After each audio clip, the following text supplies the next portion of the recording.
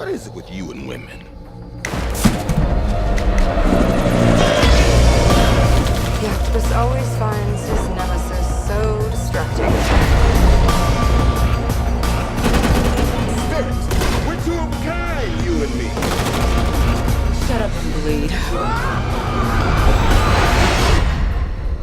Hi, I'm Nat, he's Matt, and we got your geek news right here. And today it's a review of Will Eisner's The Spirit, Huh. an adaptation of one of, the original 1940 superhero comic strips by a modern comic god turned director, Frank Miller. That's a mouthful.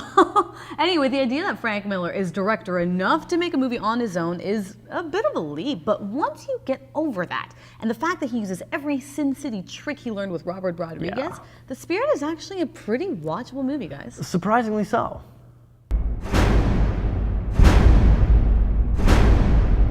What are you? All right, before we talk too much about the style of the film and blame Frank Miller for copy and pasting the Sin City production, let's back it up. It is. Yeah, he does. Visually. But Anyway. let's back it up to Will Eisner's memorial service back in 2005, where producer Michael Uslan basically approached Frank and said, look, you just did Sin City. It just came out. Beautiful. It's hot. Can we do that for The Spirit? So essentially Frank Miller was asked to do it. So once the perfect comic book movie, Man was approached with the rights and treatment to a legendary character at his creator's memorial. How do you say no? Exactly. The die was pretty much cast for The Spirit, and that's pretty much what we got on Christmas Day in the theaters. Yeah, and you know what? To bring us the Christmas spirit, Frank combined characters, bent the rules, especially on Octopus, the Spirit's arch enemy. I don't know. And the movie version of Sans Serif is definitely a composite of the comic book character of the same name, and Pagel? I don't know. Anyway, a femme fatale with the MO of marrying and killing rich men. Yeah. Definitely seen in Sans Serif's character. Yeah, and not only is the octopus's face seen right off the bat, which has got to piss off some Spirit fans, a lot of the aspect of Dr. Cobra is brought into Octopus. Dr. Cobra is another villain from The Spirit that basically his origin is tied closer to the Spirits. And is I his guess, like chemical experimentation or whatnot that made the Spirit who what he is. Yeah, and they kind of, again, it was a composite character that was developed there. And you know, I don't know how well Spirit fans would like it, but it's a faceless character. Exactly, I don't know. a faceless character in a comic strip works, and it even works in in a show like Inspector Gadget. But which is an parody. entire movie never seeing the antagonist's face would be so close to impossible to enjoy. I can't fault Frank Miller, a junior director, for skipping that detail. Honestly. You say lovely things to all of us, and you mean every word you say.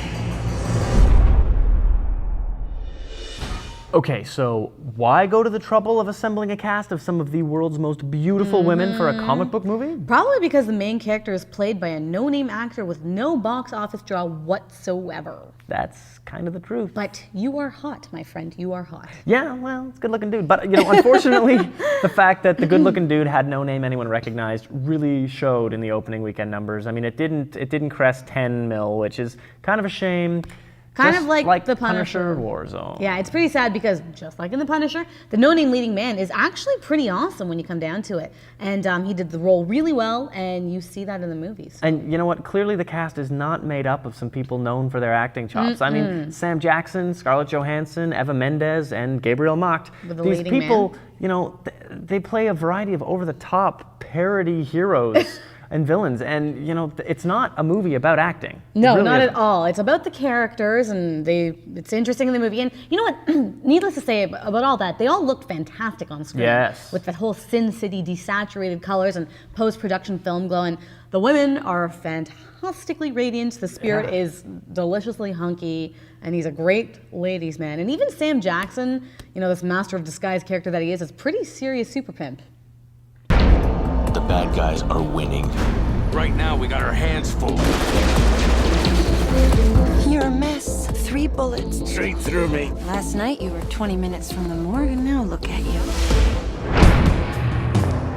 You have to do something about the Spirit. Our profits are down 20%. Spirit thinks he can't stay hurt. I'm getting El Spirito dead while I still can.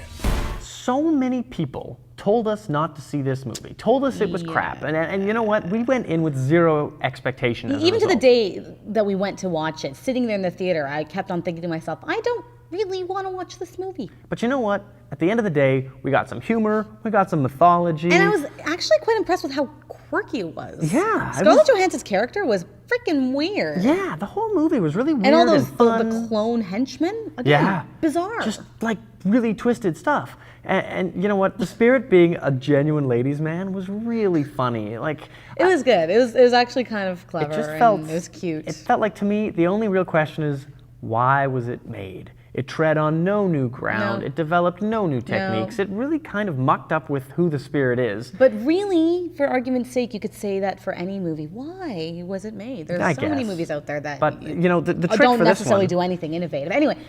Who wants to see it? That's the trick. Well, exactly. Well, you know what? I'd love to hear from some of the actual Spirit fans out there, the ones that have been following it for decades and decades, and I really want to know whether this actually pissed you off or satisfied your desire to see the Spirit come to life. I mean, more At least so more than the 1987 TV movie did. Exactly. And you know what? It's really easy for a critic to hop on the bandwagon of hating this movie. Because every single one out there did. Yeah, and I think it's so underwhelming to see how easy it is to hate on a movie. It bothers me. It's easy to hate. I mean, it really it's got an is. unoriginal style, sure, derivative, sure, but arguably it's this director's pretty cool. style. Yeah, and it was damn cool. And if this movie existed in a world where Sin City never happened, I bet it would be much better received by critics. It's just because it's so blatantly derivative. But because people don't really understand the backstory, I think. I mean, if people knew that Frank Miller was asked to make the Spirit that way, it changed my mind a little bit. And I mean, you don't say that someone like Sergio Leone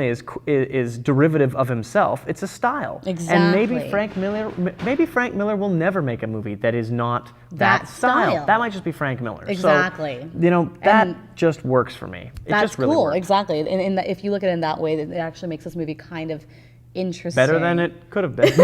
So this is a film noir comic book movie after all. So if you're not ready for lots of voiceover and melodrama, then definitely skip the Spirit. But you know, if you can't wait for Sin City 2, if you can't wait for some more Frank Miller awesome, then you know, this will tide you over. Absolutely. Do it. Absolutely do it. It's not a complete waste of your time and money to watch it's watchable. It's a watchable movie, and it's fun. Again, don't expect it to be anything amazing. It's not going to win any awards. But it's quirky. But it's fun. I appreciated that fact. Yeah. So, guys, you can look forward to an Underworld preview from us. That's the next thing we're gunning for. We're really hoping we can get that for you guys. I'm actually really interested in seeing that movie. Rona Mitra in another werewolf movie. Hey! And Werewolf Man, Lucian? Lucian? What was his name? Oh, now I feel like an idiot. Anyway. But yeah, he's back in it. There's a lot of the same actors and a lot of new actors. Bill Nighy, back again, even though he gets his head cut off like in every movie. But awesome. Very good to see. We're looking forward to Underworld 3. I'm really looking forward to that. And if you guys follow Battlestar Galactica, Frack Party. We've got a party in LA. It's happening in Pasadena. Especially if you're in the neighborhood. Guys, if you're in the neighborhood, even if you're not a Battlestar Galactica fan, we're going to be in LA. Come on by, hang out with us. The details are on bsgcast.com. We'll see you soon. I'm gonna kill you all kinds dead.